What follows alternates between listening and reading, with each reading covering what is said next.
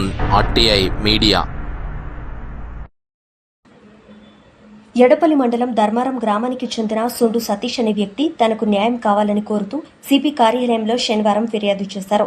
తనపై, తన కుటుంబ సభ్యులపై, అదే గ్రామానికి చెందిన సుండు యాదగిరి అనే వ్యక్తి తన కుటుంబ సభ్యులపై శుక్రవారం రాత్రి గొడ్డలి, గడ్డపారతో దాడికి యత్నించగా భయభ్రాంతులకు గురై తమ ఇంట్లో దాచుకోవడం జరిగిందని, యాదగిరి అనే వ్యక్తితో తనకు ప్రాణహాని ఉందని సతీష్ ఆరోపించారు. డయల్ 100కు ఫిర్యాదు చేయడంతో గ్రామానికి చేరుకున్న పోలీసులు వివరాలు సేకరించి వెళ్లారని తెలిపారు. తనపై గతంలో జరిగిన దాడిపై ఎడపల్లి పోలీసులకు ఫిర్యాదు చేసినా ఎలాంటి ఫలితం లేదని, తనపై దాడికి పాల్పడ్డ వ్యక్తులపై కఠిన చర్యలు తీసుకోవాలని కోరుతూ శనివారం సిపి కార్యాలయంలో ఫిర్యాదు చేశారు.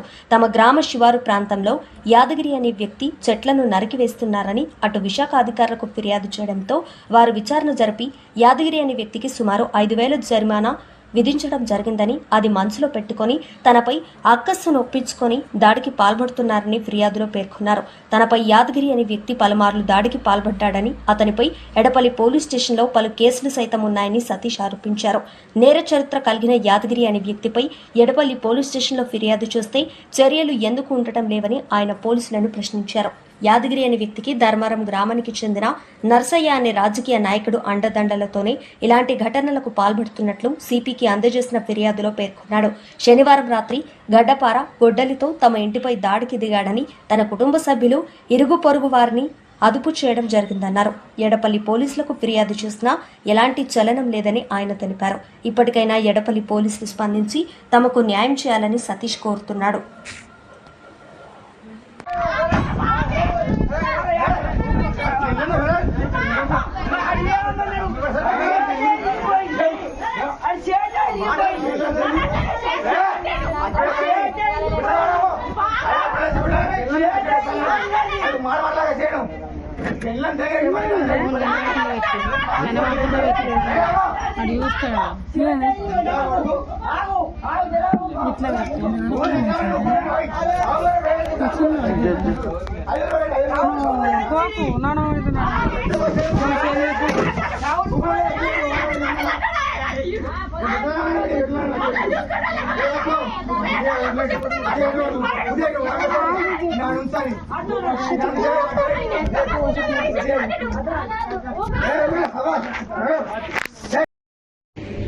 ఇంటి దగ్గర మా తమ్ముడు యాదగిరి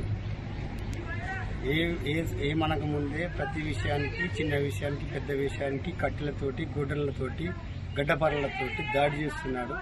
మేము మా పిల్లలు ఏమనకపోయినా ఇంటి మీదకి వచ్చి కొట్టడానికి ప్రయత్నిస్తున్నాడు. నిన్న 7 గంటలకు జరిగిన సంఘటన ఏమిటంటే, మేము ఇంట్లోనే ఉన్నాము, బయట నుండి గడ్డపార పట్టి గుడ్డలతోటి తలుపులను ఇరగొడుతూ నరికేస్తూ మా మీద దాడి చేయడానికి ఇంట్లోకి వచ్చాడు. కానీ మేము 100 కాల్ చేశాము. వాళ్ళు గంట తర్వాత వచ్చి పోలీసు వాళ్ళు మాకు అడిగారు, ఏమిటంటే సమస్య ఏందని అడిగారు. వాళ్ళు రివర్స్ మా మీదనే ₹1,00,000 దండు, 1,00,000 తీసుకున్నాడన్నట్టు కేసు నా మీద రాయాలని ప్రయత్నించారు. కానీ నేను అటు దొంగతనం చేశాడని ప్రయత్నించారు. కానీ నేను అసలు తీయలే, నాకు అసలు విషయాల్లో నేను జోక్యం చేసుకోను అని ఇలా సూటిగా సమాధానం చెప్పాను. వాళ్ళకి అర్థమైంది ఏంటంటే, గతంలో మొన్ననే 10 రోజుల కింద చెట్లు కోయడం వల్ల కేసు అయింది.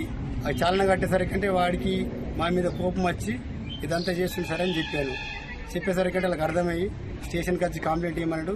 ఇచ్చాము నైట్ 8 గంటలకు. ఇప్పటిదాకా ఏం మాట్లాడింది లేదు, ఫోన్ కూడా చేసింది లేదు ఎడపల్లి స్టేషన్ ఎస్ఐ గారు.